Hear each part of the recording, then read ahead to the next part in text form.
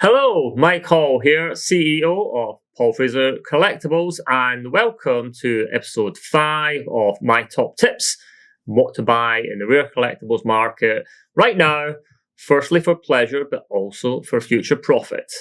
Now, in last week's episode, I covered luxury watches, specifically Rolex and Patek Philippe, which is one of the fastest growing areas of the luxury goods and collectibles market because it kind of crosses over that category. This week, it's really straightforward what I'm recommending. It's all about the money. And I mean that literally because this week's recommendation is English rare gold coins. Now, this area in collectibles has seen one of the lengthiest bull markets over a long period of time, fueled by a large number and growing number of collectors, but also investors passionately chasing a scarce supply. And now I can see the interest from investors in that it's a great way to combine rare tangible asset investing with history. So, what is it that's so good about English rare gold coins? Well, firstly, there's an intrinsic value to the precious metal value that they're made from. But I would point out that numismatic collectible rare gold coins have no correlation to the value of gold. The prices are driven by the actions of collectors and investors chasing a small supply. That is the primary benefit that attracts a lot of investors, which is why probably of all the collectibles in the world, there's more investors in rare English coins than anything else I'm aware of. And I think that's easy to understand because if you're a gold bug, it's not a particularly difficult transition to make from buying gold to buying gold coins. And that's to be expected. They also benefit from their inherent portability and the fact that it's a very liquid market. So as an investor, it means that you can liquidate your investment relatively easy when you want to sell. There's an added benefit actually with English gold coins in that they are exempt from VAT, which is UK sales tax, and also from capital gains tax, which is quite attractive. They also benefit in that there's a price history of gold English coins going back over a century, which means you can really study and validate the fact that they've proven a secure way of rising in value over the long term. In recent years, the Knight Frank Luxury Index reported an 8% average annual growth rate over the past 10 years. Which isn't the most exciting sort of return that you'll ever find. But what is exciting is the consistency of that return over 10 years. But it gets even better than that, actually, because if you go all the way back to 1977, the annual growth rate goes up to 9.5%. And during that same period, gold only returned 5.6%. That's really shown its mettle. The other thing I would point out with English gold coins actually is that they are significantly cheaper than the equivalents in the US. So a US gold coin rarity will sell for a multiple of the value of an English gold coin equivalent. So I think there's plenty of room for price growth in this market if they were ever to catch up with the valuations that US gold coins achieve.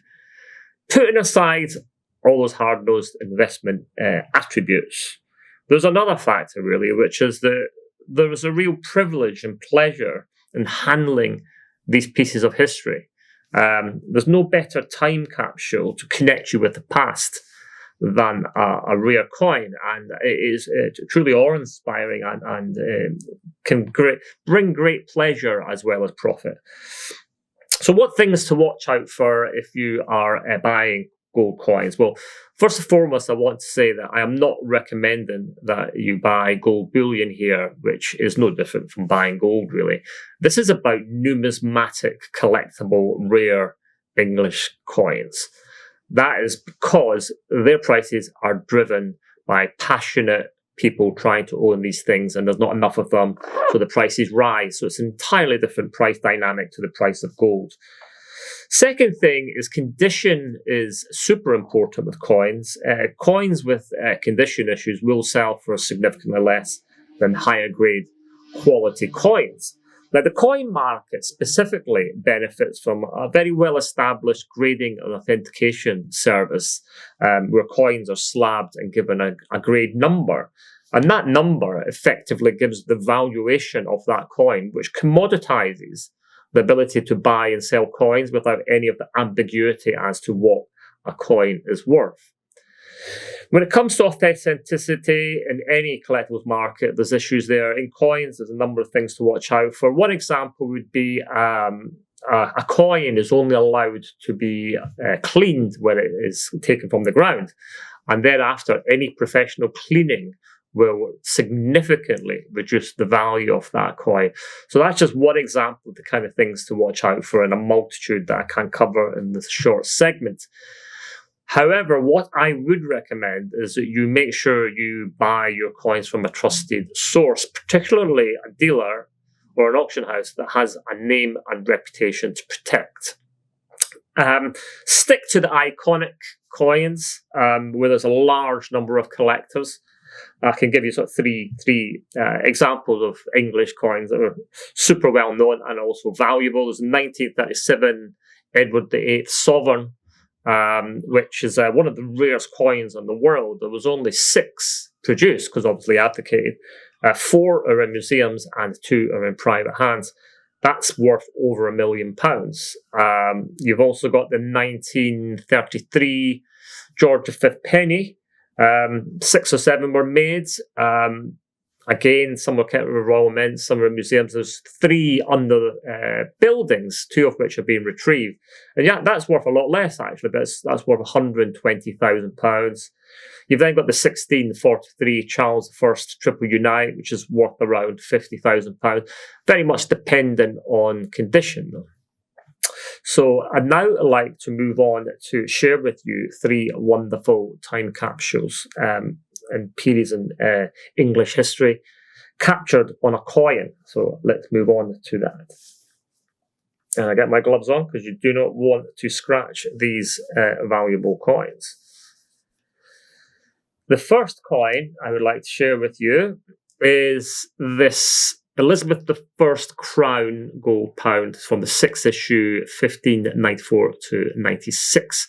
As you can see, a beautiful and intricately detailed portrait of Queen Elizabeth I, which really truly symbolises the authority of the Virgin Queen at that time. Now, owning a gold pound from Elizabeth I's reign is like holding a piece of the foundation of the British Empire, such was what was happening at that time. And this you can buy for £15,000. My second piece is smaller. It doesn't mean it's no more fantastic. So this is a Henry VI Salut d'Or from 1422, 1453. So Henry VI sort of was a protagonist in the War of the Roses. But this coin was minted in Rouen in France during the English occupation of France in the 100 Years' War. And at that time, it would have been used to finance military operations in France. It was also an important piece of propaganda at the time, reinforcing Henry VI's legitimacy as the King of France, despite fierce opposition led by the Joan of Arc at the time. And that is much cheaper at only £2,275. The final coin I'm going to share with you is truly iconic and very large. This is a Henry VIII gold sovereign from 1526 to 1544. One of the most iconic and imposing gold coins of the Tudor era, which really reflects the king's absolute authority and England's growing power at that time. Heavy weight of gold content, 15.3 grams of high purity gold, and it is the largest and most prestigious English gold coin of its time, without a doubt. Now, needless to say, Henry VIII is the most famous king of England. He really changed the very fabric of what was England, set up the Protestant church because he wanted more than one wife, which wasn't allowed by the Pope at the time.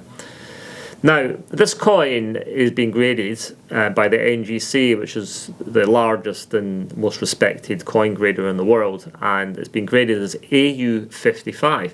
Now, let me just put that into context. AU55, there's actually only 2 coins in the world that have a higher grade than that, making that one of the best quality examples of that coin you could possibly own.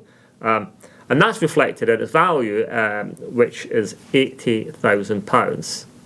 So thank you very much for watching. Please share and follow and subscribe. And I look forward to seeing you next week for the next top tip in the rare collectibles market. Thank you.